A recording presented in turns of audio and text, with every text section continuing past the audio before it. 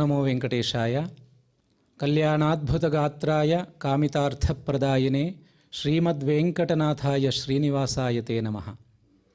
ತಿರುಮಲ ತಿರುಪತಿ ದೇವಸ್ಥಾನ ಶ್ರೀ ವೆಂಕಟೇಶ್ವರ ಕನ್ನಡ ಭಕ್ತಿ ವಾಹಿನಿ ಒಂದು ಅದ್ಭುತವಾದ ಕೆಲಸಗಳಲ್ಲಿ ಭಗವದ್ಗೀತಾ ಪಠನಂ, ಶ್ರವಣಂ, ಪ್ರವಚನ ಕಾರ್ಯಕ್ರಮ ಯಾವುದು ಹಮ್ಮಿಕೊಂಡಿದೆ ಅದು ಇಡೀ ಕಾರ್ಯಕ್ರಮಗಳಲ್ಲೇ ಅತ್ಯದ್ಭುತವಾದ ಕಾರ್ಯಕ್ರಮ. ಅದರಲ್ಲೂ ಇವತ್ತು ನಾವು 11ನೇ ಅಧ್ಯಾಯ ವಿಶ್ವರೂಪ ಸಂದರ್ಶನ ಯೋಗಕ್ಕೆ ಇವತ್ತು ಬಂದಿದ್ದೇವೆ. ಹೇಗೆ ರಾಮಾಯಣದಲ್ಲಿ ಸುಂದರಾಕಾಂಡವು, ಮಹಾಭಾರತದಲ್ಲಿ ವಿರಾಟ ಪರ್ವವು, ಹಾಗೆ ಭಗವದ್ಗೀತೆಯಲ್ಲಿ ಕೂಡ ವಿಶ್ವರೂಪ ಸಂದರ್ಶನ ಯೋಗಕ್ಕೆ ಅಷ್ಟು ಪ್ರಾಮುಖ್ಯತೆ ಇದೆ. ಯಾಕೆ ಅಂತ ಹೇಳ್ತೀರಾ? ನೋಡಿರ್ತೀರಿ, ಭಗವದ್ಗೀತೆ ಹೇಗೆ ಶುರುವಾಯಿತು ಅಂದರೆ ಮಹಾಭಾರತದಲ್ಲಿ 3 ಉಪದೇಶಗಳುಂಟು. ಮೊದಲನೆಯದು ವಿದುರ ನೀತಿ ಅಂತ ಒಂದು, ಎರಡನೆಯದು ಅರ್ಜುನ ಶ್ರೀಕೃಷ್ಣ ಸಂವಾದ ರೂಪದಲ್ಲಿ ಜಗತ್ತಿಗೆ ಉಪದೇಶ ರೂಪಾತ್ಮಕವಾಗಿ ಬಂದಿರುವ ಶ್ರೀಮದ್ ಭಗವದ್ಗೀತೆ, ಮೂರನೆಯದು ಭೀಷ್ಮ ಪರ್ವದಲ್ಲಿ ಶ್ರೀ ವಿಷ್ಣು ಸಹಸ್ರನಾಮ ಪಾರಾಯಣ ಆಗ್ಬೋದು, ವಿಷ್ಣು ಸಹಸ್ರನಾಮ. ಆದರೆ ಇವತ್ತಿನ ವಿಶ್ವರೂಪ ಸಂದರ್ಶನ ಯೋಗ 11ನೇ ಅಧ್ಯಾಯಕ್ಕೆ ಅಷ್ಟು ಪ್ರಾಮುಖ್ಯತೆ ಹೇಗೆ ಬಂತು ಅಂತ ತಿಳ್ಕೊಳ್ಳೋದಾದರೆ, ನೀವೆಲ್ಲರೂ ಕೂಡ ನೋಡಿರ್ತೀರಿ, ಮೊದಲನೇ ಅಧ್ಯಾಯದಲ್ಲಿ ಅರ್ಜುನ ಯುದ್ಧ ಮಾಡೋಕ್ಕಿಂತ ಬಂದು ಯುದ್ಧ ಕ್ಷೇತ್ರಕ್ಕೆ ಬಂದು ಕೈರ್ಮಯಾ ಸಹ ಯೋದ್ಧವ್ಯಂ, ಯಾರ ಜೊತೆ ನಾನು ಯುದ್ಧ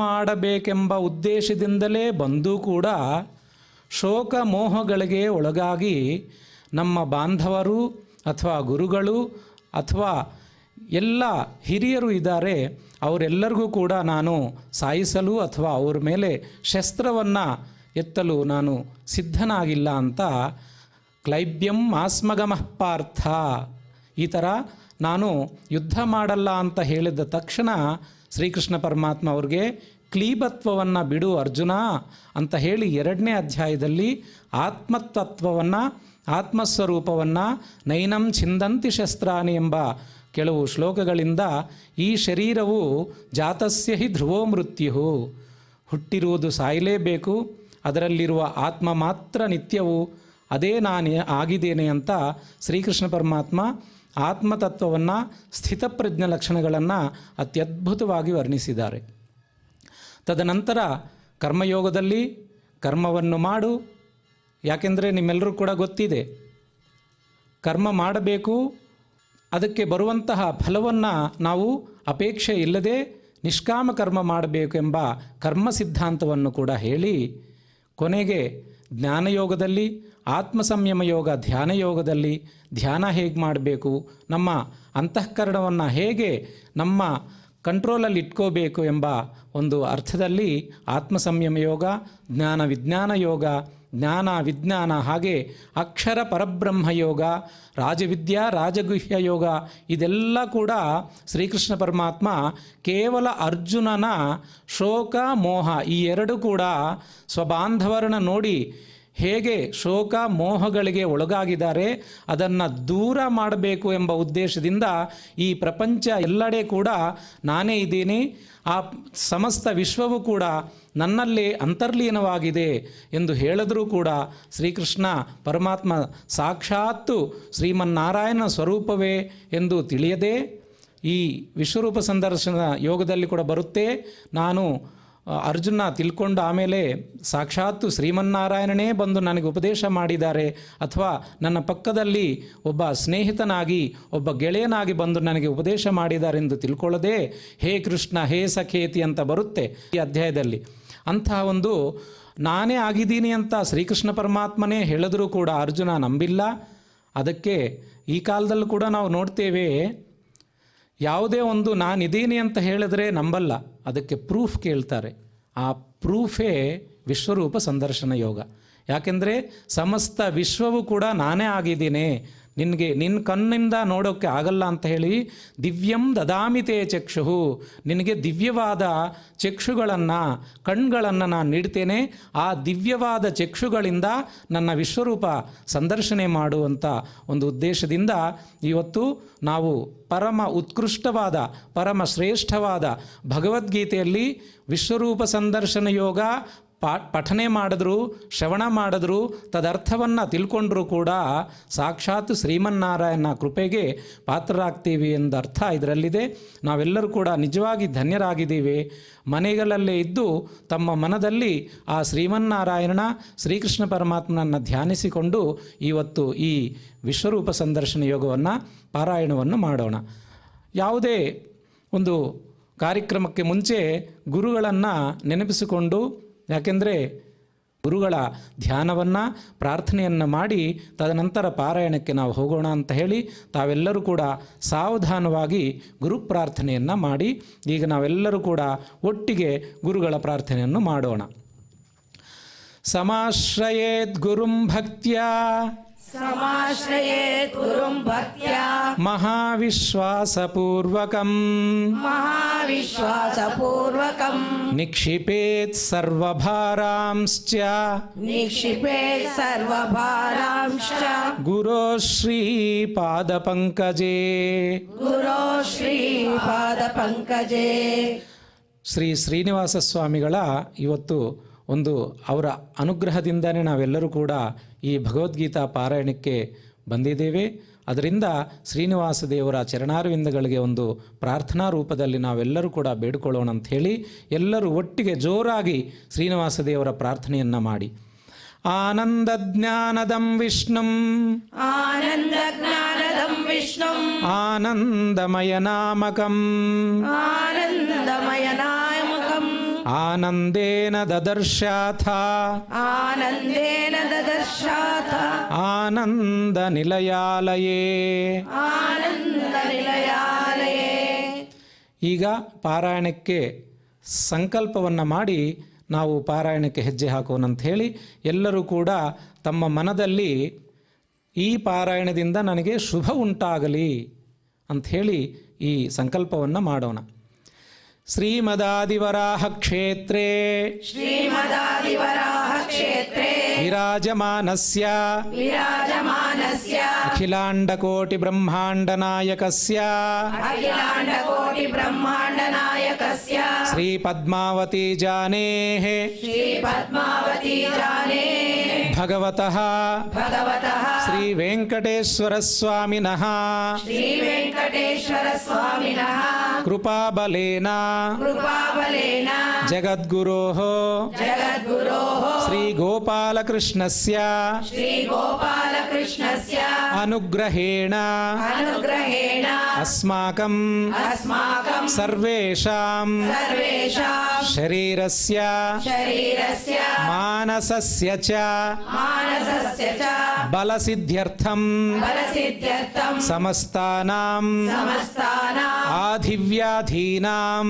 ಆದಿವ್ಯಾಧೀನಾಂ ನಿವಾರಣಾರ್ಥಂ ನಿವಾರಣಾರ್ಥಂ ಸರ್ವಯಜ್ಞಫಲಪ್ರಾಪ್ತ್ಯರ್ಥಂ ಸರ್ವಯಜ್ಞಫಲಪ್ರಾಪ್ತ್ಯರ್ಥಂ ಸರ್ವಾಸಾಂ ಸಂಪದಾಂ ಸರ್ವಾಸಾಂ ಸಂಪದಾಂ ಪ್ರಾಪ್ತ್ಯರ್ಥಂ ಪ್ರಾಪ್ತ್ಯರ್ಥಂ ವಿದ್ಯಾರ್ಥಿನಾಂ ವಿದ್ಯಾರ್ಥಿನಾಂ ಬುದ್ಧಿಶಕ್ತಿವೃದ್ಧಿದ್ವಾರಾ ಬುದ್ಧಿಶಕ್ತಿವೃದ್ಧಿದ್ವಾರಾ ಪರೀಕ್ಷಾಸು ಪರೀಕ್ಷಾಸು ಉತ್ತೀರ್ಣತಾಸಿದ್ಧ್ಯರ್ಥಂ ಉತ್ತೀರ್ಣತಾ ಸಿದ್ಧ್ಯರ್ಥಂ ಅಧಿಕಾರಿಣಾಂ ಅಧಿಕಾರಿಣಾಂ ಸ್ವಸ್ವವಿಧಿ ಸ್ವಸ್ವವಿಧಿ ನಿರ್ವಹಣ ನಿರ್ವಹಣ ಕೌಶಲಸಿದ್ಧ್ಯರ್ಥಂ ಕೌಶಲ ಸಿದ್ಧ್ಯರ್ಥಂ ಸಮಸ್ತ ಪಾಪಕ್ಷಯಾರ್ಥಂ ಸಮಸ್ತ ಪಾಪಕ್ಷಯಾರ್ಥಂ ಜ್ಞಾನಭಕ್ತಿ ವೈರಾಗ್ಯ ಸಿದ್ಧ್ಯರ್ಥಂ ಜ್ಞಾನ ಭಕ್ತಿ ವೈರಾಗ್ಯ ಸಿದ್ಧ್ಯರ್ಥಂ ಶ್ರೀ ಗೋಪಾಲಕೃಷ್ಣ ಪ್ರೇರಣೆಯ ಶ್ರೀ ಗೋಪಾಲಕೃಷ್ಣ ಪ್ರೇರಣೆಯ ಶ್ರೀ ಗೋಪಾಲಕೃಷ್ಣ ಪ್ರೀತ್ಯರ್ಥಂ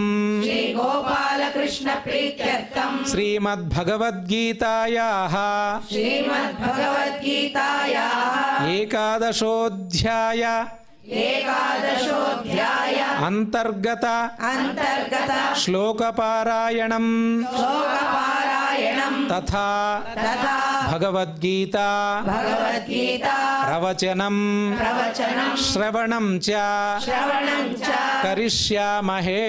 ಕರಿಷ್ಯಾಮಹೇ. ಗೀತಾ ಆಚಾರ್ಯರಾಗಿರುವಂತಹ ಶ್ರೀಕೃಷ್ಣ ಪರಮಾತ್ಮರ ಒಂದು ಪ್ರಾರ್ಥನೆಯನ್ನು ಮಾಡೋಣ.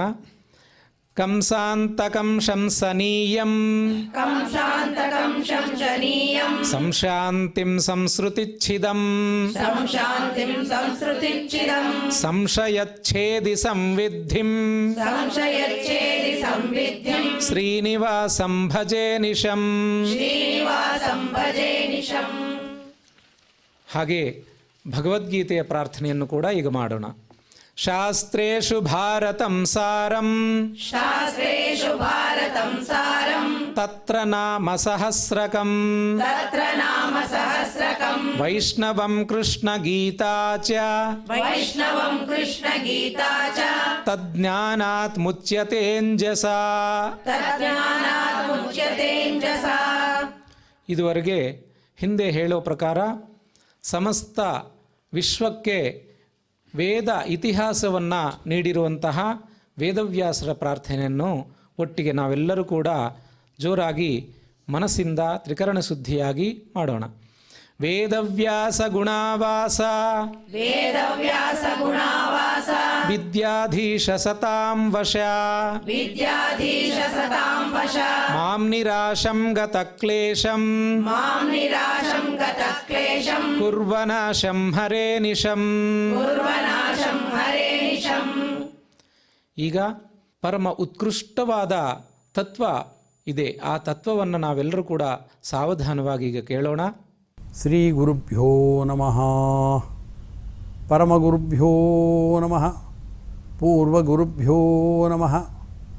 ಶ್ರೀಮದಾನಂದತೀರ್ಥ ಭಗವತ್ಪಾದಾಚಾರ್ಯ ಗುರುಭ್ಯೋ ನಮಃ. ಶ್ರೀ ವೇದವ್ಯಾಸಾಯ ನಮಃ. ಶ್ರೀನಿವಾಸದೇವರ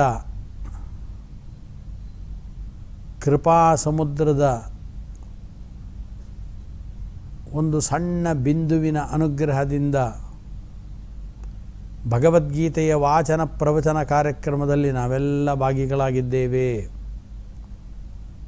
ಪ್ರತಿನಿತ್ಯ ಮತ್ತೆ ಮತ್ತೆ ಇದರ ನೆನಪನ್ನು ನಾವು ಮಾಡಿಕೊಳ್ತಾ ಇರಬೇಕು. ಯಾವುದೇ ಸತ್ಕಾರ್ಯಗಳು ನಡೀತು ಅಂತಾದರೆ ಆ ಕಾರ್ಯಗಳ ಹಿನ್ನೆಲೆಯಲ್ಲಿ ಭಗವಂತನ ಕೃಪಾ ಕಟಾಕ್ಷ ಇದೆ ಅಂತ ಭಾವಿಸ್ಕೊಳ್ಬೇಕು. ಕಲಿಯುಗವಾದ್ದರಿಂದ ಸಾಮಾನ್ಯವಾಗಿ ಸತ್ಕಾರ್ಯಗಳ ಕಡೆಗೆ ನಮ್ಮ ಮನಸ್ಸು ಸಹಜವಾಗಿ ಮೂಡೋದು ಕಷ್ಟ. ಅಂಥದ್ದು ಸತ್ಕಾರ್ಯಗಳ ಕಡೆಗೆ ನಮ್ಮ ಮನಸ್ಸೇನಾದರೂ ಹೊರಟಿದ್ದರೆ, ಅದರಲ್ಲಿ ಭಾಗಿಯಾಗ್ತಾ ಇದ್ದರೆ ಅದು ಭಗವಂತನ ವಿಶೇಷ ಅನುಗ್ರಹ ಅಂತ ಭಾವಿಸಬೇಕಾಗತ್ತೆ. ಆದ್ದರಿಂದ ಶ್ರೀನಿವಾಸನ ದೇವರ ಅನುಗ್ರಹದಂತೆ 11ನೆಯ ಅಧ್ಯಾಯ ಭಗವದ್ಗೀತೆಯ ವಾಚನ ಪ್ರವಚನ ಕಾರ್ಯಕ್ರಮದಲ್ಲಿ ಶ್ಲೋಕಗಳ ವಾಚನವನ್ನೆಲ್ಲ ಮಾಡಿದ್ದೀರಾ. ಪ್ರವಚನದ ಕಾರ್ಯಕ್ರಮಕ್ಕೆ ಆಗಮಿಸಿದ್ದೀರಾ. ತಮ್ಮೆಲ್ಲರಿಗೂ ಆದರದ ಸ್ವಾಗತ. ಜೊತೆಗೆ 11ನೇ ಅಧ್ಯಾಯದ 20ನೆಯ ಶ್ಲೋಕದ ವ್ಯಾಖ್ಯಾನವನ್ನು ಹಿಂದಿನ ಸಂಚಿಕೆಯಲ್ಲಿ ಮಾಡ್ತೇವೆ ಅಂತ ಹೇಳಿ ಅದರ ಹಿಂದಕ್ಕೆ ಸಂಬಂಧಪಟ್ಟ ಶ್ಲೋಕಕ್ಕೆ ಈ ಶ್ಲೋಕಕ್ಕೆ ಸಂಬಂಧಪಟ್ಟ ಅನೇಕ ವಿಚಾರಗಳನ್ನು, ಪ್ರಸ್ತುತವಾದದ್ದೇ ಅನೇಕ ವಿಚಾರಗಳನ್ನು ಚಿಂತನೆ ಮಾಡಿದ್ದೇವೆ. ಮತ್ತೆ ಈಗ ಆ ಚಿಂತನೆಯನ್ನು ಮುಂದುವರಿಸ್ತಾ 11ನೇ ಅಧ್ಯಾಯದ 20ನೆಯ ಶ್ಲೋಕದ ವ್ಯಾಖ್ಯಾನವನ್ನು ನಾವು ಭಗವಂತನಿಗೆ ಸಮರ್ಪಿಸೋಣ.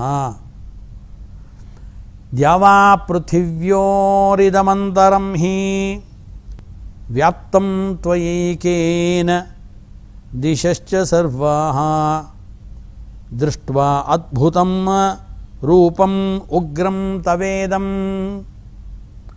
ಲೋಕತ್ರಯಂ ಪ್ರವ್ಯಥಿತಂ ಮಹಾತ್ಮನ್. ಅರ್ಜುನ ಕೃಷ್ಣನ ವಿಶ್ವರೂಪವನ್ನು ನೋಡಿ ತಾನೇನು ಚಿತ್ರಣವನ್ನು ನೋಡ್ತಾ ಇದ್ದಾನೆ ಕಣ್ಣುಗಳಿಂದ, ಅದನ್ನೇ ನೋಡಿಕೊಂಡು ಹೇಳ್ತಾ ಇದ್ದಾನೆ. ಆದ್ದರಿಂದ ಹಿಂದಿನ ಶ್ಲೋಕದ ಚಿಂತನೆಯನ್ನು ಮಾಡ್ತಾ ಭಗವಂತನಿಗೆ ಸಿಟ್ಟು ಇದೆಯೋ ಇಲ್ಲೋ ಇದನ್ನು ವಿಚಾರ ಮಾಡಿದ್ವಿ. ಭಗವಂತನಿಗೆ ನಮ್ಮಂತೆ ಕೊರತೆಯನ್ನು ನೀಗಿಸಿಕೊಳ್ಳುವ, ಕೊರತೆಯಿಂದ ಉದ್ಭವಿಸಿದ ಸಿಟ್ಟು ಭಗವಂತನಿಗೆ ಇಲ್ಲ. ಭಗವಂತನ ಸಿಟ್ಟು ಅಂದರೆ ಅದು ಆನಂದಾತ್ಮಕವಾದದ್ದು. ದೇವತೆಗಳಿಗೆ ಅದರಿಂದ ಸಂತೋಷ ಉಂಟಾಗತ್ತೆ. ಅವರಿಗೆ ಬೇಕಾದಂಥ ಆನುಕೂಲ್ಯ ಅನ್ನೋದು ಅವರಿಗೆ ದೊರಕತ್ತೆ. ಆದರೆ ಹಾಗೆ ಭಗವಂತ ದೇವತೆಗಳಿಗೆ ಅವರ ಅನುಕೂಲತೆಗಳನ್ನು ಒದಗಿಸಿಕೊಡಬೇಕಾದರೆ ಯಾವ ರೀತಿಯಲ್ಲಿ ಕಾರ್ಯಪ್ರವೃತ್ತನಾಗಿರ್ತಾನೋ ಅದನ್ನು ನೋಡಿದ ಅಸುರರಿಗೆ, ದೈತ್ಯರಿಗೆ, ದಾನವರಿಗೆ, ಯಾತುದಾನರಿಗೆ, ರಾಕ್ಷಸರಿಗೆ ಭಗವಂತನಿಗೆ ಸಿಟ್ಟು ಬಂದಿದೆ ಅಂತ ಕಂಡು ಬರುತ್ತೆ ಹೊರತು ಭಗವಂತನಿಗೆ ರಜೋಗುಣದಿಂದ ಉತ್ಪನ್ನವಾದ ಸಿಟ್ಟು ಭಗವಂತನಿಗೆ ಬರೋದಿಲ್ಲ. ರಜೋಗುಣವೇ ಇಲ್ಲದೆ ಹೋದರೆ ಅದರಿಂದ ದುಃಖ ಅಥವಾ ಸಿಟ್ಟು ಬರೋದಾದರೂ ಹೇಗೆ ಬರೋದಿಲ್ಲ ಅಂತ ತೀರ್ಮಾನವನ್ನು ಮಾಡಿಕೊಳ್ಬೇಕು. ಆದ್ದರಿಂದ ಕ್ರೋಧ ಕ್ಷಮಾತ್ಮಕೋ ಯಸ್ಯ ಚಿದಾನಂದಾತ್ಮಕಸ್ತಥಾ ಅಂದರು. ಭಗವಂತನ ಸಿಟ್ಟು ಅಂದರೆ ಅದು ಕ್ಷಮಾತ್ಮಕವಾದದ್ದು, ಚಿದಾನಂದಾತ್ಮಕವಾದದ್ದು ಭಗವಂತನ ದೇಹ. ಆದ್ದರಿಂದ ಸಿಟ್ಟು ಅಂದರೆ ಅದು ಕೂಡ ಚಿದಾನಂದಾತ್ಮಕವಾದದ್ದೇ ಹೊರಟು ಇದು ಕೆಟ್ಟ ಗುಣ ಭಗವಂತನದು ಅಲ್ಲ. ನೋಡಿದವರು ಭಗವಂತನಿಗೆ ಸಿಟ್ಟು ಬಂದಂಗೆ ಕಾಣಿಸಿರ್ಬೋದು ಅಷ್ಟೇ. ಯಾಕೆಂದರೆ ಶ್ರೀಕೃಷ್ಣ ಮಥುರಾನಗರಕ್ಕೆ ಬಂದ ಕಂಸನನ್ನು ಸಂಹಾರ ಮಾಡಬೇಕು ಅಂತ. ದಾರಿಯಲ್ಲಿ ಬರ್ತಾ ಇದ್ದರೆ ಭಾಗವತದಲ್ಲಿ ಉಲ್ಲೇಖವನ್ನು ಮಾಡ್ತಾರೆ, ಕವಿಗಳು ಉಲ್ಲೇಖವನ್ನು ಮಾಡ್ತಾರೆ. ಸ್ತ್ರೀಭಿಃ ಕಾಮಃ ಅರ್ತಿಭಿಃ ಸ್ವರ್ದ್ರುಹು ಕಾಲಶತ್ರುಭಿರೈಕ್ಷಸಃ ಅಂತ ವರ್ಣನೆಯನ್ನು ಕವಿಗಳು ಮಾಡ್ತಾರೆ. ಒಬ್ಬನೇ ಕೃಷ್ಣ ಇರೋದು, ನೋಡ್ತಕ್ಕಂಥ ವ್ಯಕ್ತಿಗಳು ನೂರಾರು ಮಂದಿ. ಆ ಸುಂದರಿಯರಾಗಿರ್ತಕ್ಕಂಥ ಗೋಪಿಕಾಸ್ತ್ರೀಯರುಗಳು ಅವರ ಮನಸ್ಸಿನಲ್ಲಿ ಕೃಷ್ಣ ಅಂದರೆ ಸಾಕ್ಷಾನ್ ಮನ್ಮಥಃ, ಅಖಿಲ ಕೋಟಿ ಮನ್ಮಥರ ನಾಯಕನಂತೆ ಇರೋನು ಅಂತ ಕೇಳಿದ್ರು ಅವರು. ಯಾವಾಗ ಶ್ರೀಕೃಷ್ಣ ಬಂದ ಅವನನ್ನು ಕಣ್ತುಂಬ ದೂರದಲ್ಲಿ ರಸ್ತೆಯ ಎರಡು ಬದಿಗಳಲ್ಲಿ ನಿಂತುಕೊಂಡು ಗೋಪಿಕಾಸ್ತ್ರೀಯರು ಕೃಷ್ಣನನ್ನು ಕಂಡ್ರೋ ಆವಾಗ ಸ್ತ್ರೀಭಿಃ ಕಾಮಃ ಅವ್ರಿಗೆ ಹೆಂಗೆ ಕಂಡ ಕೃಷ್ಣ ಆವಾಗ, ಅಯ್ಯಯ್ಯೋ ಸಾಕ್ಷಾತ್ ಮನ್ಮಥ ಬರ್ತಾ ಇದ್ದಾನೆ, ಓ ಮನ್ಮಥ ಇವನು ಅಂತ ಅವರಿಗೆ ಮನ್ಮಥನಂತೆ ಕಂಡ. ಅರ್ಥಿಭಿಃ ಸ್ವರ್ದುಹು ಅಂತಾರೆ. ಯಾಚನೆ ಮಾಡ್ತಾಯಿದ್ರು, ಕೇಳಿದವರಿಗೆಲ್ಲ ಕೊಟ್ಕೊಂಡು ಬರ್ತಾ ಇದ್ದ ಕೃಷ್ಣ. ಅದನ್ನು ನೋಡಿದ ಕೂಡಲೇ ಯಾಚಕರು, ಬೇಡತಕ್ಕಂಥವರು ತಮ್ಮ ತಮ್ಮ ಅಭೀಷ್ಟಗಳನ್ನು ಅವನ ಮುಂದೆ ಸಲ್ಲಿಸಿದಂಥ ವ್ಯಕ್ತಿಗಳಿಗೆ ಎಲ್ಲ ಅಭೀಷ್ಟಗಳನ್ನು ಕೊಡ್ತಾ ಇದ್ದದ್ದನ್ನು ನೋಡಿ ಅವ್ರುಗಳೆಲ್ಲ ಕೃಷ್ಣನನ್ನು ನೋಡಿದ ಕೂಡಲೇ ಅಯ್ಯಯ್ಯೋ ಕಲ್ಪವೃಕ್ಷ ನಡ್ಕೊಂಡು ಬರ್ತಾ ಇದೆ, ಕಾಮಧೇನು ನಡ್ಕೊಂಡು ಬರ್ತಾ ಇದೆ ಅಂತ ಅವರು ಕಾಮಧೇನು ಕಲ್ಪವೃಕ್ಷ ಅಂತ ಕೃಷ್ಣನನ್ನು ಕಾಣ್ತಾರೆ. ಕಂಸನ ಭೃತ್ಯರಿದ್ದರು, ಮಹಾ ಅಸುರರುಗಳಿದ್ದರು. ಅವರುಗಳೆಲ್ಲ ದಾರಿಯಲ್ಲಿ ಸಾಗಿ ಬರ್ತಿರತಕ್ಕಂಥ ಕೃಷ್ಣನನ್ನು ನೋಡಿದ ಕೂಡಲೇ ಅಬ್ಬಬ್ಬಾ ನಮ್ಮ ಪಾಲಿನ ಯಮ ಬರ್ತಾ ಇದ್ದಾನೆ. ಅವರಿಗೆ ಕೃಷ್ಣನ ಸೌಂದರ್ಯವಾಗಲಿ ಅವನ ಔದಾರ್ಯವಾಗಲಿ ಕಾಣಲಿಲ್ಲ. ಅವನು ನಿಜವಾಗಲೂ ನಮ್ಮನ್ನು ಕೊಲಕ್ಕೆ ಬರ್ತಾ ಇರುವಂಥ ಸಾಕ್ಷಾತ್ ಯಮ ಅಂಥೇಳಿ ಅವನನ್ನು ಯಮ ಅಂತ ನೋಡಿ ಯಮ ಅಂತ ಭಾವಿಸ್ಕೊಂಡ್ರು. ಹಾಗಾದರೆ ಒಬ್ಬೊಬ್ಬರ ಮನಸ್ಸಿನಲ್ಲಿ ಒಂದೊಂದು ರೀತಿಯಾದ ಭಾವನೆ. ಒಬ್ಬನೇ ಕೃಷ್ಣನನ್ನು ನೋಡಿ ಅನೇಕರು ಅನೇಕ ರೀತಿಯಾಗಿ ತಿಳಿದುಕೊಂಡು ಉಲ್ಲೇಖವನ್ನು ಮಾಡ್ತಾರೆ. ಆದ್ದರಿಂದ ಬಹುವಿಧರ್ಬಹುಧ ಉಲ್ಲೇಖಾತ್ ಏಕಸ್ಯ ಉಲ್ಲೇಖ ಇಷ್ಯತೆ ಅಂತ ಇದಕ್ಕೆ ಉಲ್ಲೇಖಾಲಂಕಾರ ಅಂತ ಕರೀತಾರೆ. ಒಬ್ಬನೇ ಒಬ್ಬ ವ್ಯಕ್ತಿಯನ್ನು ಅನೇಕ ವ್ಯಕ್ತಿಗಳು ನೋಡಿ ಅನೇಕ ರೀತಿಯಾಗಿ ಉಲ್ಲೇಖ ಮಾಡಿ ವರ್ಣನೆಯನ್ನು ಮಾಡಿದ್ರೆ ಉಲ್ಲೇಖಾಲಂಕಾರ ಅದು. ಆದ್ದರಿಂದ ಅದೇ ರೀತಿಯಾಗಿ ದೈತ್ಯರುಗಳು, ದಾನವರುಗಳು, ರಾಕ್ಷಸರು ನೋಡಿದಾಗ ದೇವತೆಗಳಿಗೆ ಮಾಡತಕ್ಕಂಥ ಔದಾರ್ಯ, ಅವನ ಸಹಾಯ ಮಾಡ್ತಾ ಇದ್ದದ್ದನ್ನು ನೋಡಿದಾಗ ಅಯ್ಯಯ್ಯೋ ಭಾರೀ ಸಿಟ್ಟಾಗಿದ್ದಾನೆ ಇವನು, ಕೋಪ ಬಂದಿದೆ ಅಂತ ಎಲ್ಲ ತಿಳ್ಕೊಳ್ತಾ ಇದ್ದರು ಅಂತ ಹೀಗೆ ನಾವು ವ್ಯಾಖ್ಯಾನವನ್ನು ಮಾಡ್ಕೊಳ್ಬೋದು. ಆದ್ದರಿಂದ ಭಗವಂತನ ಸಿಟ್ಟು ಅಂದರೆ ಅದು ಕ್ಷಮಾತ್ಮಕವಾದದ್ದು ಚಿದಾನಂದಾತ್ಮಕವಾದದ್ದು ಅಂತ ಹೀಗೆ ಭಾವಿಸಿಕೊಂಡು ಮತ್ತೆ ಮುಂದುವರಿತಾ ಇದ್ದೇವೆ. ದ್ಯಾವಾ ಪೃಥಿವ್ಯೋರಿದಮಂತರಿಕ್ಷಂ ದ್ಯಾವಾ ಪೃಥಿವ್ಯೋರಿದಮಂತರಂ ಹಿ ದ್ಯಾವಾ ಪೃಥಿವ್ಯೋ ಇದಮಂತರಂ ಹಿ ವ್ಯಾಪ್ತಂ ತ್ವಯೇಕೇನ ದಿಶಶ್ಚ ಸರ್ವಾಹ. ಅರ್ಜುನನೇ ನೋಡ್ದ, ಯೂ ನೋಡ್ತಾ ಇದ್ದಾನೆ ಅರ್ಜುನ. ಹೇಳ್ದ, ಕೃಷ್ಣ ಹೇ ಮಹಾತ್ಮನ್ ಅಂದ. ಈ ಸಂದರ್ಭದಲ್ಲಿ ನೋಡಿ ಸಂಬೋಧನೆ ಹೆಂಗಿದೆ ಕೃಷ್ಣಂದು, ಇವನು ಅರ್ಜುನಂದು. ಹೇ ಮಹಾತ್ಮನ್ ಅಂದ. ಮಹಾನ್ ಆತ್ಮ, ಆದ್ದರಿಂದ ಮಹಾಂಶ್ಚಾಸು ಆತ್ಮ ಚ ಮಹಾತ್ಮ ಅವನು. ಹೇ ಮಹಾತ್ಮನ್ ಅಂತ ಸಂಬೋಧನೆ ಮಾಡ್ದ. ನೀನು ದೊಡ್ಡ ಮಹಾತ್ಮ, ಮಹಾತ್ಮ ನೀನು ಅಂತ. ಸಾಧಾರಣ ಆತ್ಮ ಅಲ್ಲ, ನೀನು ಮಹಾತ್ಮ ಅಂತ ಕರೆದಿದ್ದು ಯಾಕಪ್ಪ ಅಂತಂದರೆ ಎಲ್ಲ ಕಡೆ ಭಗವಂತ ವ್ಯಾಪಿಸ್ಕೊಂಡಿರೋದನ್ನು ತನ್ನ ಕಣ್ಣಾರೆ ಅರ್ಜುನ ನೋಡ್ತಾ ಇದ್ದಾನೆ. ಆದ್ದರಿಂದ ಕರಿಬೇಕಾದ್ರೇ ಅರ್ಥಗರ್ಭಿತವಾಗಿ ಸಂಬೋಧನೆಯನ್ನು ಅರ್ಜುನ ಮಾಡ್ದ. ಹೇ ಮಹಾತ್ಮನ್ ಅಂದ. ನೀನು ಮಹಾನ್ ಆತ್ಮ ನೀನು.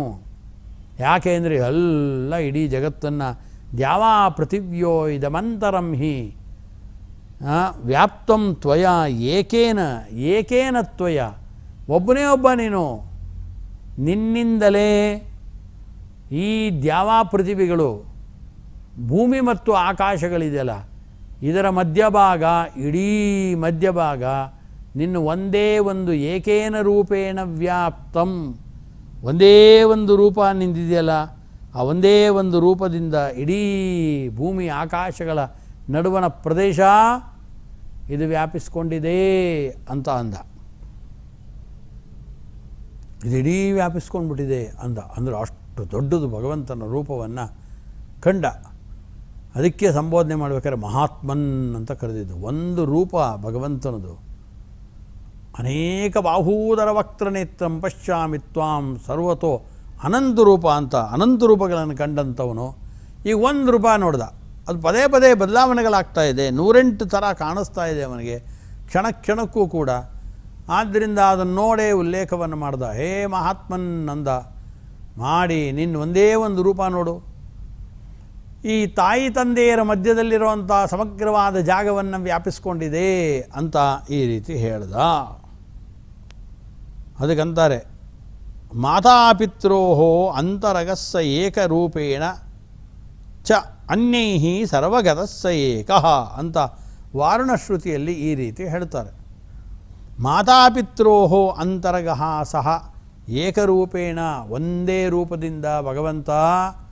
ಅರ್ಜುನ ಹೇಳ್ತಾ ಇದ್ದಾನೆ, ಕೃಷ್ಣ ಮಹಾತ್ಮ ನೀನು ಒಂದೇ ಒಂದು ರೂಪದಿಂದ ಮೇಲುಗಡೆ ಆಕಾಶದಿಂದ ಪ್ರಾರಂಭ ಮಾಡಿ ಭೂಮಿ ತನಕ ಇಡೀ ಒಂದೇ ಒಂದು ರೂಪ ಇಡೀ ವ್ಯಾಪಿಸ್ಕೊಂಡಿರೋದನ್ನು ನೋಡ್ತಾ ಇದ್ದೀನಿ. ಇಂಥದ್ದನ್ನು ಜಗತ್ತಿನಲ್ಲಿ ಯಾವತ್ತೂ ನೋಡಲಿಲ್ಲ ನಾನು, ಅದ್ಭುತವಾದದ್ದಿದು ಅಂತ ಕೃಷ್ಣನ ಈ ರೂಪವನ್ನು ಕಂಡು ಅರ್ಜುನ ಉದ್ಗಾರ ತೆಗೀತಾ ಇದ್ದಾನೆ.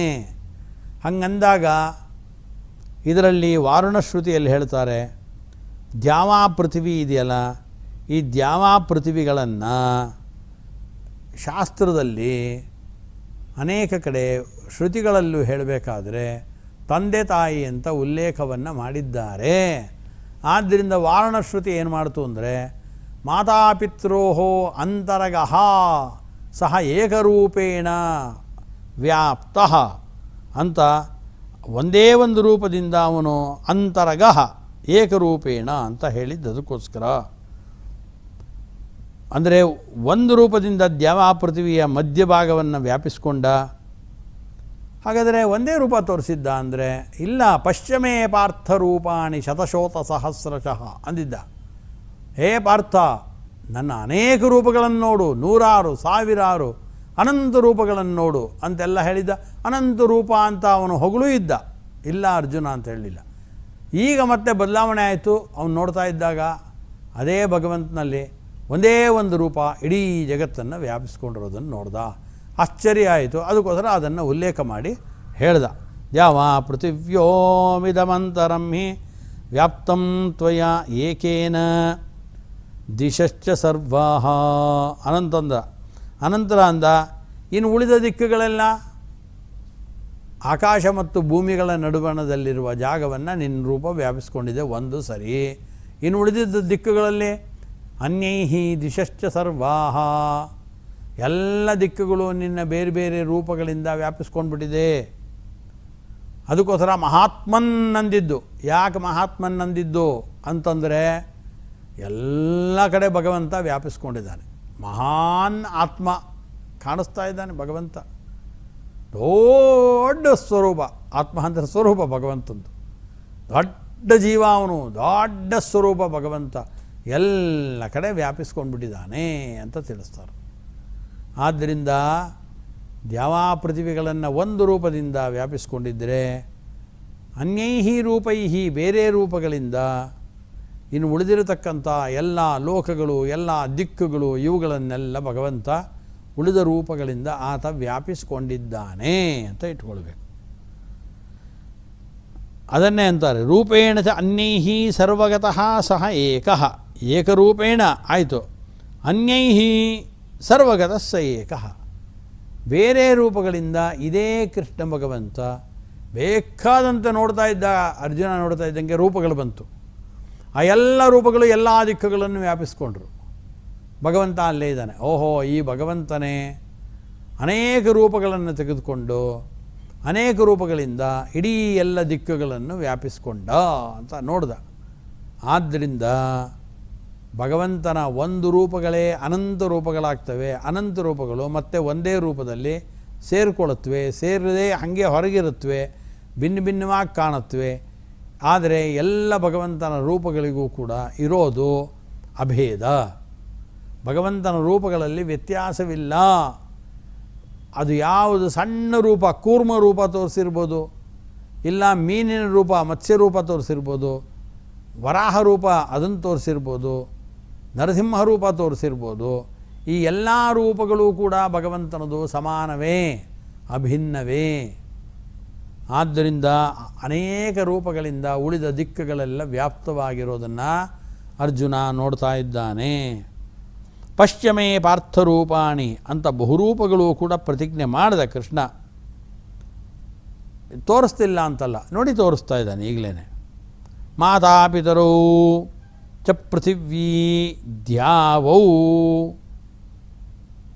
ಮಾನೋ ಮಾತಾ ಪೃಥಿವೀ ದುರ್ಮತೌ ಧಾತ್ ಮಧುದ್ಯೌರಸ್ತ್ವನ ಪಿತಾ ಅಂತ ಪ್ರಯೋಗ ಇದೆ.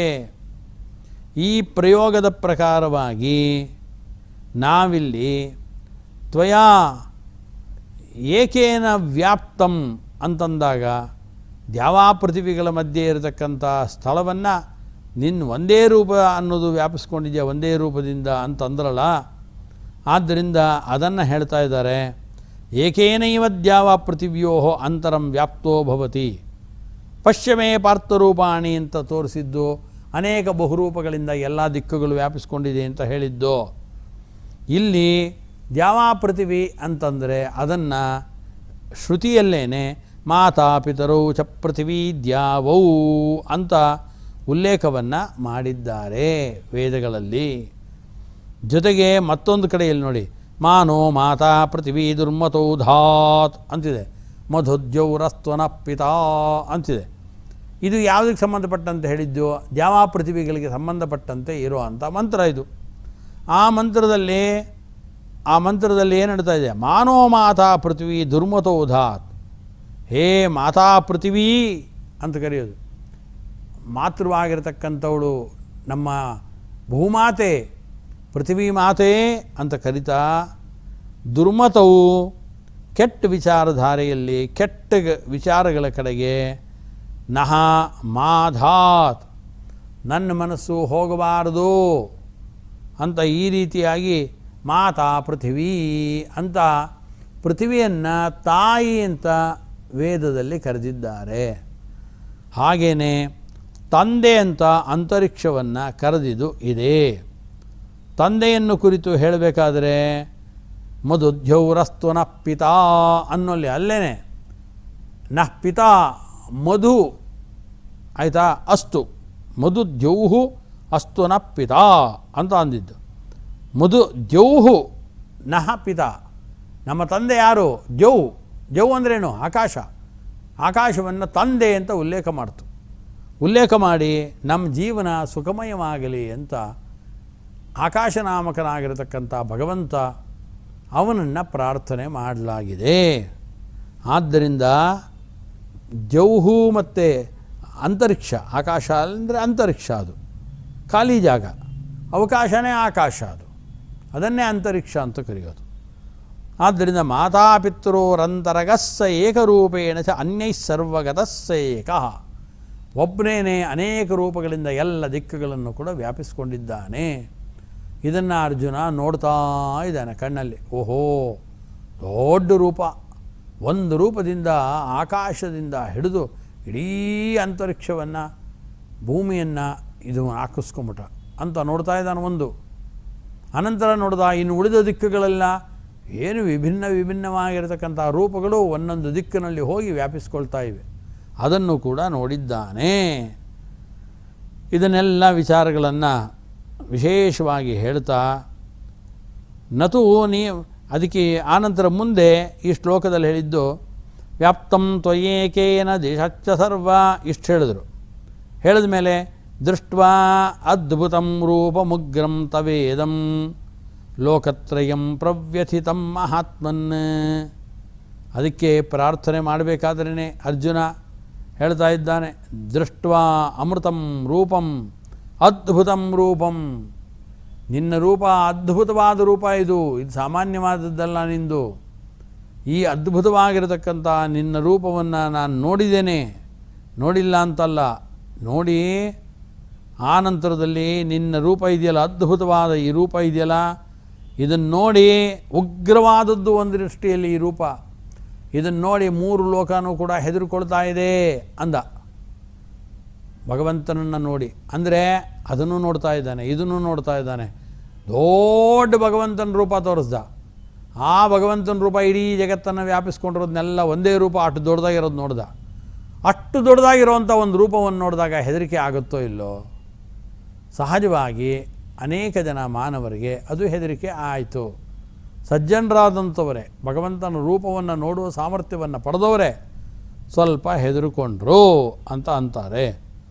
ಆದ್ದರಿಂದ ಇದು ಅರ್ಜುನ ಮಾತ್ರ ನೋಡ್ತಾ ಇರೋ ವಿಶ್ವರೂಪ ಅಲ್ಲ. ಅನೇಕ ಸಜ್ಜನರು, ಮಹಾತ್ಮರುಗಳು ಎಲ್ಲರೂ ವಿಶ್ವರೂಪವನ್ನು ಆವಾಗ ನೋಡಿದ್ದಾರೆ. ನೋಡಿದಾಗ ಕೆಲವರು ಹೆದರಿಕೊಂಡ್ರು, ಭೀತರಾಗಿದ್ದಾರೆ. ಅದನ್ನೇ ಹೇಳ್ತಾರವರು. ಆದ್ದರಿಂದ ನತು ನಿಯಮತೋ ಭಯಪ್ರದಂ ತತ್ಸ್ವರೂಪಂ, ಕೆಲವರಿಗೆ ಭಯ ಆಗಿದೆ, ಅವರವರ ಯೋಗ್ಯತೆಗಳ ತಕ್ಕಂತೆ ಇದು ಅದ್ಭುತವಾದ ರೂಪ ಅಂತ ಕಾಣಿಸ್ತು, ಉಗ್ರವಾದದ್ದು ತವ ಇದಂ ಉಗ್ರಂ ಲೋಕತ್ರಯಂ ಪ್ರವ್ಯಥಿತಂ ಮಹಾತ್ಮನ್ ಅಂತಾರೆ. ಹೇ ಮಹಾತ್ಮನ್, 3 ಲೋಕದಲ್ಲಿರುವಂಥ ಎಲ್ಲ ಜನಗಳು ಕೂಡ, ಅವರೆಲ್ಲರೂ ಕೂಡ ಪ್ರವ್ಯಥಿತಂ, ತುಂಬ ಹೆದರ್ಕೊಂಡ್ಬಿಟ್ಟಿದ್ದಾರೆ, ತುಂಬ ಕಳವಳಗೊಂಡಿದ್ದಾರೆ ಈ ನನ್ನ ಅದ್ಭುತವಾದ ರೂಪವನ್ನು ನೋಡ್ತಾ. ನರಸಿಂಹದೇವರ ಅವತಾರ ಆದ ಕೂಡಲೇ ಭಾಗವತದಲ್ಲಿ ಹೇಳ್ತಾರೆ, ನರಸಿಂಹದೇವರ ಅವತಾರ ಕೂಡಲೇ ಅದ್ಭುತವಾದ ರೂಪವನ್ನು ನೋಡಿ ಎಲ್ಲ ಹೆದರ್ಕೊಂಡ್ಬಿಟ್ರು, ಅವನ ಹತ್ತಿರಕ್ಕೆ ಯಾರೂ ಬರಲಿಲ್ಲ ಅಂತ ಹೇಳ್ತಾರೆ ಅದರಲ್ಲೂ ಕೂಡ. ಆದ್ದರಿಂದ ಭಗವಂತನ ರೂಪ ಅದ್ಭುತವಾದ ರೂಪ, ಅದನ್ನು ನೋಡಿದ್ದಾರೆ ಅರ್ಜುನ ನೋಡ್ದ. ಆದರೆ ಎಲ್ಲರಿಗೂ ಕೂಡ ಅದ್ಭುತವಾದ ಭಗವಂತನ ಅತೀ ದೊಡ್ಡದಾಗಿರತಕ್ಕಂಥ ಉಗ್ರವಾದ ಆ ರೂಪವನ್ನು ನೋಡಿದ್ರೂ ಕೂಡ ಮಹಾತ್ಮರಾಗಿರತಕ್ಕಂಥವರು, ವಿಶೇಷ ಜ್ಞಾನಿಗಳಾದಂಥವರು, ಬ್ರಹ್ಮಾದಿ ದೇವತೆಗಳಿದ್ದಾರೆ, ಅವರಿಗೇನೂ ಹೆದರಿಕೆ ಆಗಲಿಲ್ಲ, ಭಯ ಆಗಲಿಲ್ಲ, ದುಃಖನೂ ಕೂಡ ಆಗಲಿಲ್ಲ ಅಂತ ಇಟ್ಕೊಳ್ಬೇಕು. ಅದನ್ನೇ ಈ ಸಂದರ್ಭದಲ್ಲಿ ಆಚಾರ್ಯರು ಭಾಷ್ಯದಲ್ಲಿ ಇದೆಲ್ಲ ವಿಚಾರಗಳನ್ನು ಹೇಳ್ಕೊಂಡು ಬರ್ತಾ ಇದ್ದಾರೆ. ಅವರು ಹೇಳ್ತಾರೆ, ನತು ನಿಯಮತೋ ಭಯಪ್ರದಂ ತತ್ಸ್ವರೂಪಂ ಅಂತಂದರು. ಹಾಗಾದರೆ ತವ ಉಗ್ರಂ ಇದಂ ರೂಪಂ ಅಂತ ಅಂದ್ಬಿಟ್ನಲ್ಲ ಅರ್ಜುನ, ಭಗವಂತನ ರೂಪ ಹಾಗಾದರೆ ಭಯ ಕೊಡೋ ಅಂಥ ರೂಪನ? ಭಯ ಬರೋ ಅಂಥದ್ದನ್ನು ನಾವ್ಯಾರೂ ನೋಡೋದೇ ಇಲ್ಲ. ಸಜ್ಜನರಾಗಿರ್ತಕ್ಕಂಥವ್ರು ನೋಡ್ತಾ ಇದ್ದಾರೆ, ಭಗವಂತ ನಿನ್ನ ರೂಪವನ್ನು ನೋಡಬೇಕು ಅಂತ ಕಾಯ್ತಾ ಇದ್ದಾರೆ. ಅಂತಹ ಕಾಯುವಂಥ ವ್ಯಕ್ತಿಗಳಿಗೆ ಭಗವಂತ ಭಯ ಕೊಡುವಂಥ ರೂಪವನ್ನು ಏನಾದರೂ ಭಗವಂತ ತೋರಿಸಿದ್ನ ಅಂತಂದರೆ ಅದಕ್ಕೆ ಸ್ವಲ್ಪ ಮಟ್ಟಿಗೆ ನಿಜ ಅಂತ ಅಂತಾರೆ. ಅದಕ್ಕೆ ಯಾಕೆ ಅಂದರೆ ಎಲ್ಲರಿಗೂ ಭಯಪ್ರದ ಬರೋವಂಥ ಭಯವನ್ನು ಉಂಟು ಮಾಡುವಂಥ ರೂಪ ಭಗವಂತನ ರೂಪ ಅಲ್ಲ. ಇಂದ್ರ ಅಪರೋಕ್ಷ ಜ್ಞಾನಿ, ಇಂದ್ರನ ಮೇಲಿರತಕ್ಕಂಥ ದೇವತೆಗಳಿದ್ದಾರೆ. ರುದ್ರದೇವರಿರ್ಬೋದು, ಇಂದ್ರನಿಗೆ ಸಂಬಂಧಪಟ್ಟಂಥ ಲೋಕಪಾಲಕರುಗಳಿರ್ಬೋದು, ಅನಂತರದಲ್ಲಿ ಬೇರೆ ಬೇರೆ ಮಹಾತ್ಮರುಗಳಾದಂಥ ವ್ಯಕ್ತಿಗಳಿದ್ದಾರೆ. ಅವ್ರಿಗೆ ಮಾತ್ರ ಏನು ಭಯ ಆಗಲಿಲ್ಲ. ಆದ್ದರಿಂದ ಅದು ಉಗ್ರನೂ ಅಲ್ಲ, ಭಯಪ್ರದನೂ ಅಲ್ಲ. ಆದ್ದರಿಂದ ಎಲ್ಲರಿಗೂ ಉಗ್ರವಾದದ್ದು ಭಯಪ್ರದವಾದದ್ದು ಭಗವಂತನ ರೂಪ ಅಂತ ನಾವು ಅಂದ್ಕೊಳ್ಬಾರ್ದು. ನಾರದರು ನೋಡಿದ್ರೋ ಇಲ್ಲಪ್ಪ ಈ ರೂಪವನ್ನು? ನೋಡಿದ್ದಾರೆ. ವಾಮದೇವಾದಿ ಋಷಿಗಳು ನೋಡಿಲ್ವಾ? ನೋಡಿದ್ದಾರೆ. ಅವರಿಗೆಲ್ಲ ಹೆದರಿಕೆ ಆಗೋಯ್ತಾ ಈ ರೂಪವನ್ನು ನೋಡಿ? ಪ್ರವ್ಯಥಿತಂ ಮಹಾತ್ಮನ್ ಅಂತಂತಾರಲ್ಲ ಇಲ್ಲಿ ಅರ್ಜುನ. ಲೋಕತ್ರಯಂ ಪ್ರವ್ಯಥಿತಂ ಮಹಾತ್ಮನ್, 3 ಲೋಕನೂ ಕೂಡ ಗಾಬರಿ ಪಟ್ಕೊಂಡ್ಬಿಟ್ಟಿದೆ ಅಂತಂತಾನಲ್ಲ. 3 ಲೋಕದಲ್ಲಿರೋರು ಎಲ್ಲರೂ ಕೂಡ ಹೆದರ್ಕೊಂಡೇ ಬಿಟ್ರ. ಅಂದರೆ 3 ಲೋಕದಲ್ಲಿರುವಂಥ ಏನು ಜನಗಳಿದ್ದಾರೆ ಅದರಲ್ಲೂ ಕೂಡ ಅವರವರ ಯೋಗ್ಯತೆಗೆ ತಕ್ಕಂತೆ ಅವರು ಭಗವಂತನ ಸ್ವರೂಪವನ್ನು ಕಂಡಿದ್ದಾರೆ ಅಂತ ಭಾವಿಸ್ಕೊಳ್ಬೇಕು. ಆದ್ದರಿಂದ ಭಗವಂತನ ರೂಪವನ್ನು ನೋಡಿ ಹೆದರ್ಕೊಂಡ್ಬಿಟ್ರು ಅಂದರೆ ದೇವತೆಗಳು, ಅವರು ಇವರು, ಲಕ್ಷ್ಮೀದೇವಿ ಇರ್ಬೋದು, ಎಲ್ಲರೂ ಹೆದರ್ಕೊಂಡ್ರು ಅಂತ ಅರ್ಥ ಅಲ್ಲ. ನಾರದರು ಇಂಥ ರೂಪವನ್ನು ನೋಡಿಕೊಂಡೇ ಆನಂದ ಪಡ್ತಾ ಹೋಗ್ತಾ ಇರ್ತಾರೆ. ನಾರದರಿಗೆ ಯಾವಾಗಾದರೂ ಭಗವಂತನ ರೂಪವನ್ನು ನೋಡಿ ಹೆದರಿಕೆ ಆಯಿತಾ? ಏನೂ ಹೆದರಿಕೆ ಆಗಿಲ್ಲ. ನಾರದರಿಗೆ ಹೆದರಿಕೆ ಆಗಿಲ್ಲ ಅಂತ ಹೇಳ್ತಾರೆ. ಕೇಶಾಂಚಿದ ಚಿತ್ತದ ದರ್ಶಯತಿ ಭಗವಾನ್. ಇನ್ನು ಕೆಲವರಿಗೆ ಭಗವಂತ ಹೆದರಿಕೆಯಾಗುವಂತೆ ರೂಪವನ್ನು ಆತ ತೋರಿಸ್ತಾನೆ, ಇಲ್ಲ ಅಂತಿಲ್ಲ.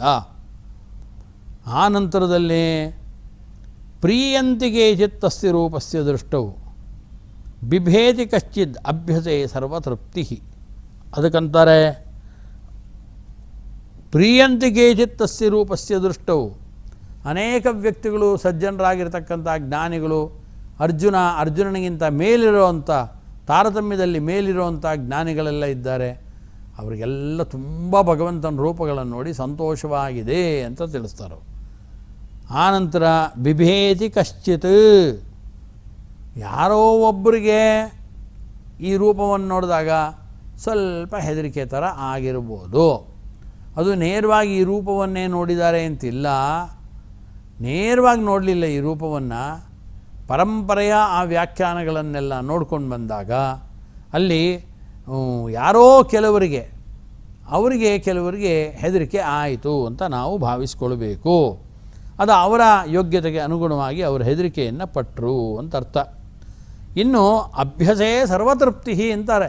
ಲೋಕತ್ರಯಂ ಪ್ರವ್ಯಥಿತಂ ಮಹಾತ್ಮನಂ ಅಂದರೆ 3 ಲೋಕದಲ್ಲಿ ಅಂದರೆ ಅನೇಕ ವ್ಯಕ್ತಿಗಳು, ನಾರದಾದಿ ವ್ಯಕ್ತಿಗಳಿರ್ಬೋದು, ಅರ್ಜುನನಿಗಿಂತ ಮೇಲಿರತಕ್ಕಂಥ ಜ್ಞಾನಿಗಳಿರ್ಬೋದು, ಪುನಃ ಭಗವಂತನ ಈ ರೂಪವನ್ನು ನೋಡ್ತಾ ಅವ್ರಿಗೆ ಅಭ್ಯಾಸ ಆಗಿ ಹೋಯಿತು. ಅಭ್ಯಾಸ ಆಗಿ ಹೋದ ಮೇಲೆ ಅವರಿಗೆ ಹೆದರಿಕೆ ಆಗೋಲ್ಲ.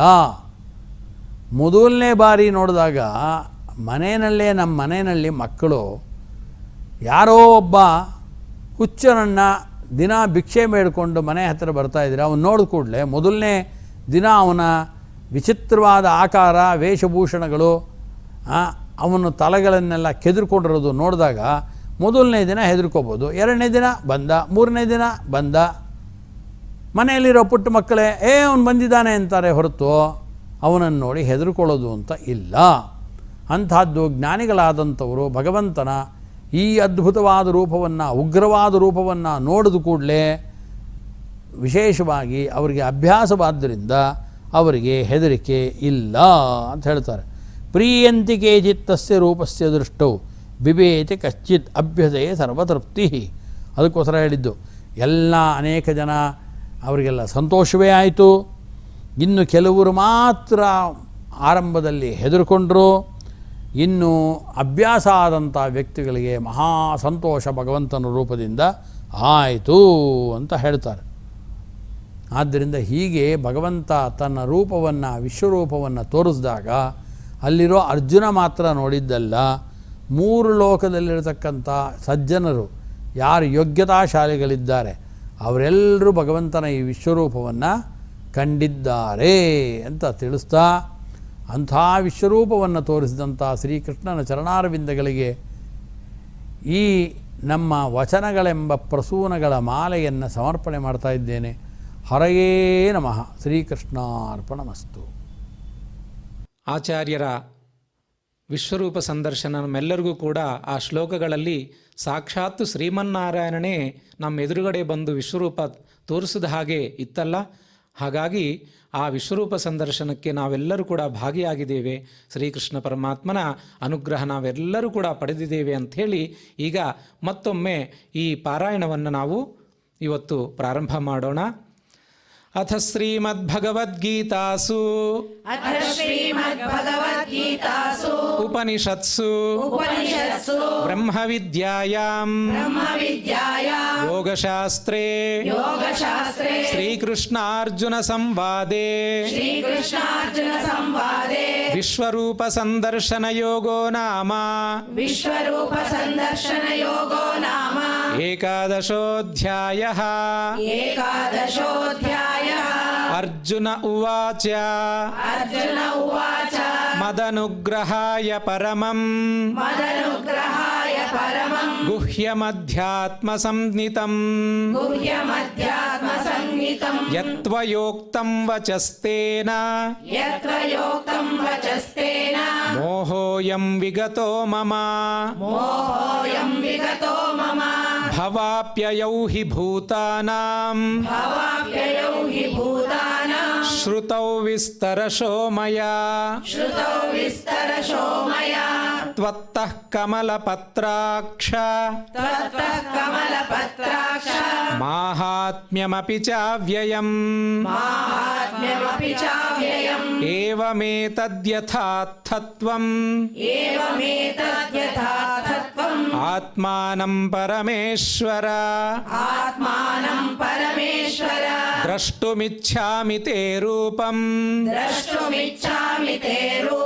ಐಶ್ವರಂ ಪುರುಷೋತ್ತಮ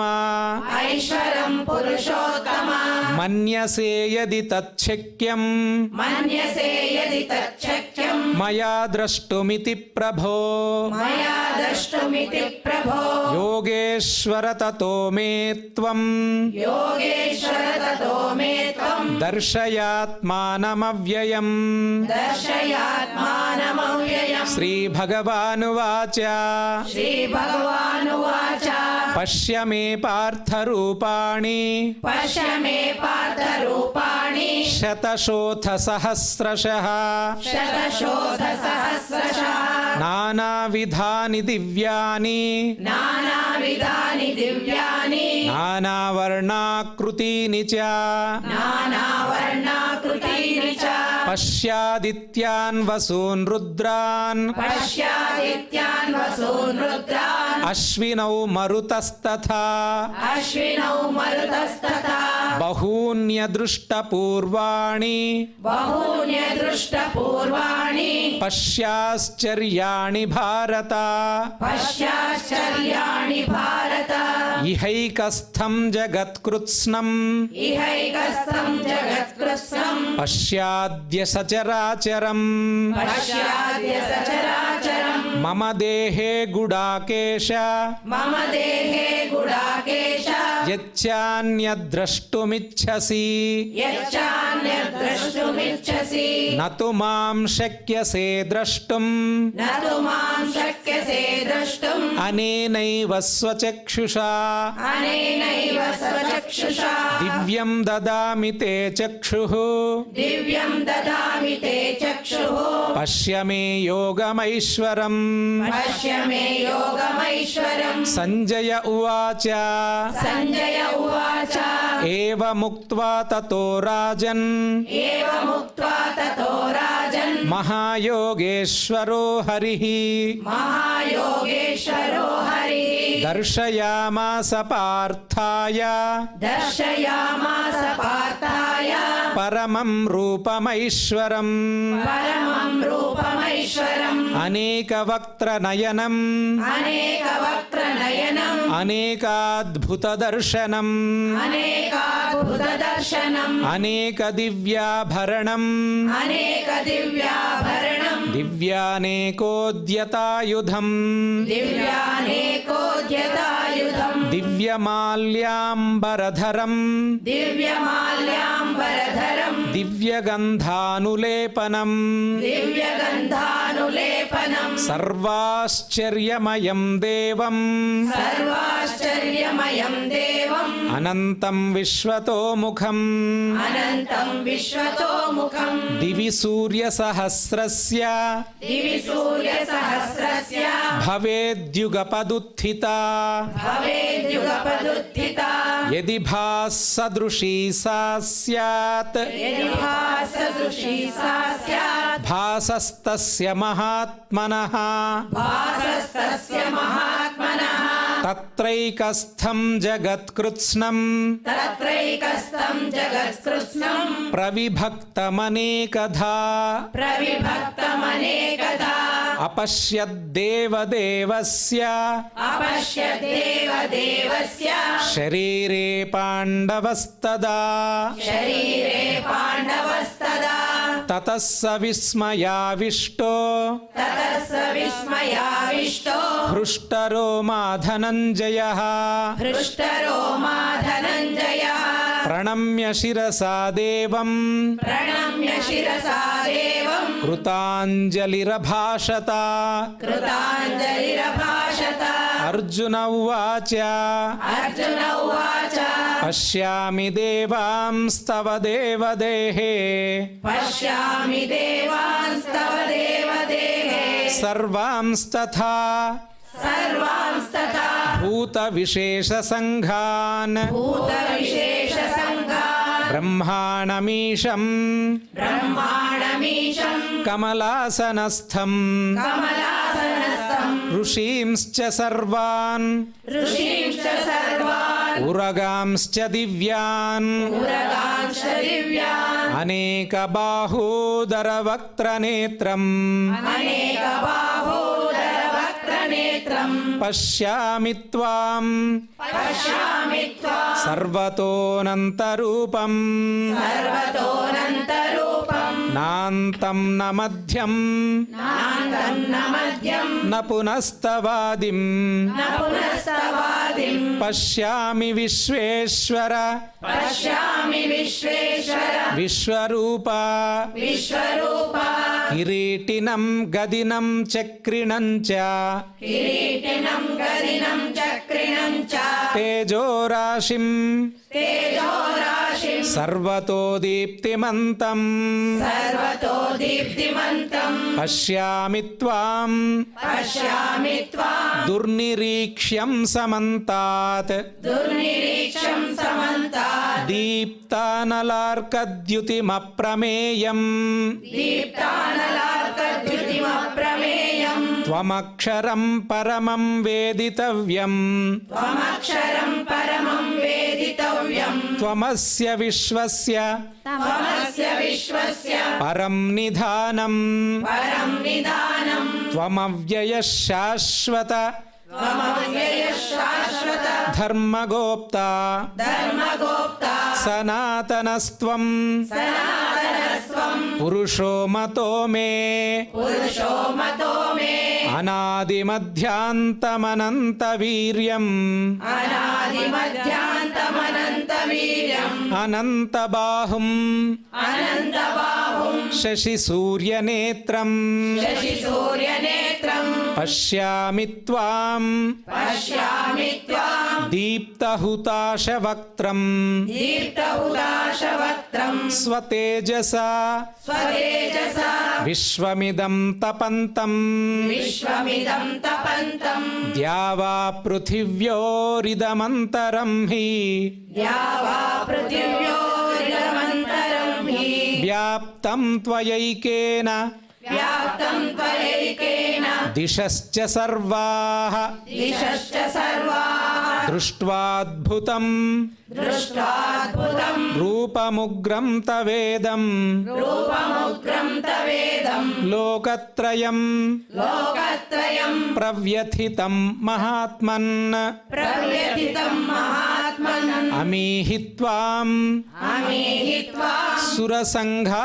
विशन्ति सुरसङ्गा विशन्ति केचिद्भीताः केचिद्भीताः प्राञ्जलयो गृह्णन्ति प्राञ्जलयो गृह्णन्ति स्वस्तीत्युक्त्वा स्वस्तीत्युक्त्वा महर्षिसिद्धसङ्घाः महर्षिसिद्धसङ्घाः स्तुवन्ति त्वां स्तुवन्ति त्वां स्तुतिभिः पुष्कलाभिः स्तुतिभिः पुष्कलाभिः रुद्रादित्या वसवो रुद्रादित्या वसवो ये च साध्याः ये च साध्याः विश्वेश्विनौ विश्वेश्विनौ मरुतश्चोष्मपाश्च मरुतश्चोष्मपाश्च गन्धर्वयक्षासुरसिद्धसङ्घाः गन्धर्वयक्षासुरसिद्धसङ्घाः वीक्षन्ते त्वां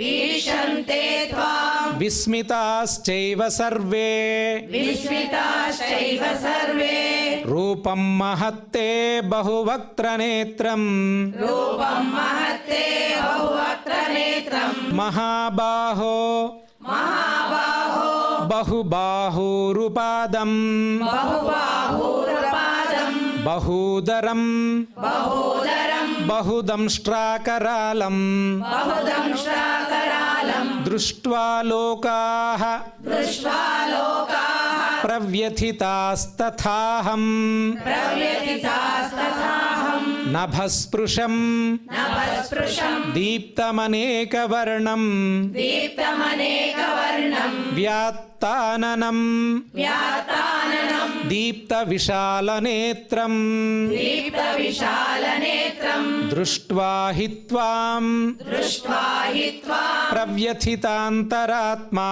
प्रव्यथितान्तरात्मा धृतिं न विन्दामि धृतिं न विन्दामि शमं च विष्णो शमं च विष्णो दंष्ट्राकरालानि च दंष्ट्राकरालानि च ते मुखानि ते मुखानि दृष्ट्वैव कालानलसन्निभानि दृष्ट्वैव कालानलसन्निभानि दिशो न जाने न लभे च शर्मा दिशो न जाने न लभे च शर्मा प्रसीद देवेश जगन्निवास प्रसीद देवेश जगन्निवास इति श्रीमद्भगवद्गीतासु इति श्रीमद्भगवद्गीतासु उपनिषत्सु उपनिषत्सु ब्रह्मविद्यायां ब्रह्मविद्यायां योगशास्त्रे योगशास्त्रे श्रीकृष्णार्जुनसंवादे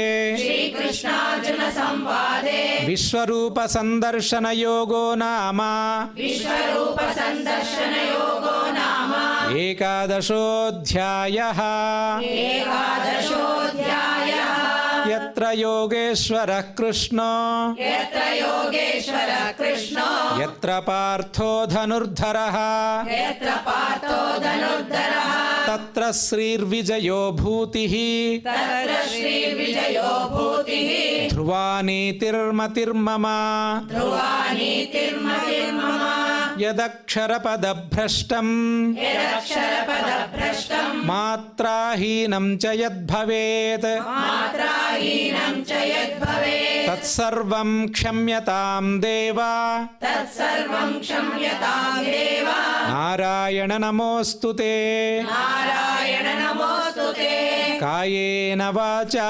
मनसैन्द्रियैर्वा कायेन वाचा मनसेन्द्रियैर्वा बुद्ध्यात्मना वा प्रकृते स्वभावात् बुद्ध्यात्मना वा प्रकृते स्वभावात् करोमि यद्यत् सकलं परस्मै करोमि यद्यत् सकलं परस्मै नारायणायेति समर्पयामि नारायणायेति समर्पयामि. ಇಷ್ಟೊತ್ತು ನಾವು ವಿಶ್ವರೂಪ ಸಂದರ್ಶನ, ಈಗ ಲೋಕಕ್ಷೇಮ ಪ್ರಾರ್ಥನೆಯನ್ನು ಮಾಡೋಣ. ಸರ್ವೇ ಭವಂತು ಸುಖಿನಃ ಸರ್ವೇ ಭವಂತು ಸುಖಿನಃ ಸರ್ವೇ ಸಂತು ನಿರಾಮಯಾಃ ಸರ್ವೇ ಸಂತು ನಿರಾಮಯಾಃ ಸರ್ವೇ ಭದ್ರಾಣಿ ಪಶ್ಯಂತು ಸರ್ವೇ ಭದ್ರಾಣಿ ಪಶ್ಯಂತು ಮಾ ಕಶ್ಚಿತ್ ದುಃಖ ಭಾಗ್ ಭವೇತ್. ಮಾ ಕಶ್ಚಿತ್ ದುಃಖ ಭಾಗ್ ಭವೇತ್. ಈ ಸಂಚಿಕೆ ಕೊನೆ ಭಾಗದಲ್ಲಿ ಪುನಃ ಶ್ರೀ ಶ್ರೀನಿವಾಸ ದೇವರ ಮಂಗಲಾಶಾಸನದೊಂದಿಗೆ ಇವತ್ತಿನ ಸಂಚಿಕೆ ಇಲ್ಲಿಗೆ ಮುಕ್ತಾಯವಾಗಲಿದೆ.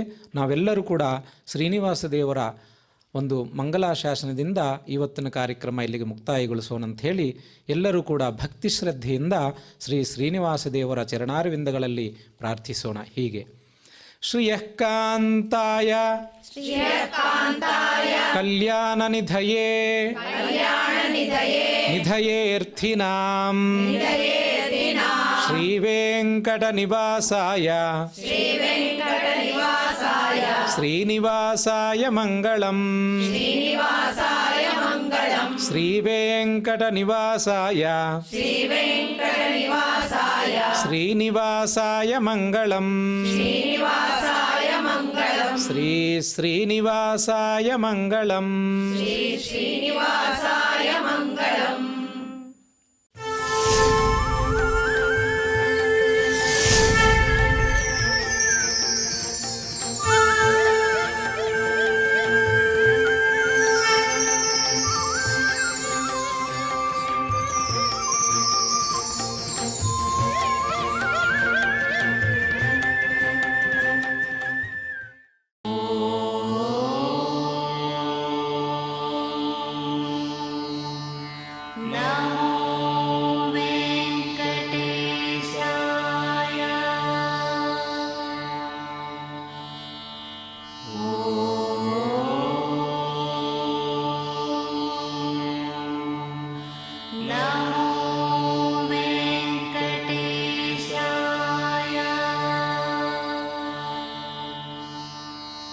Oh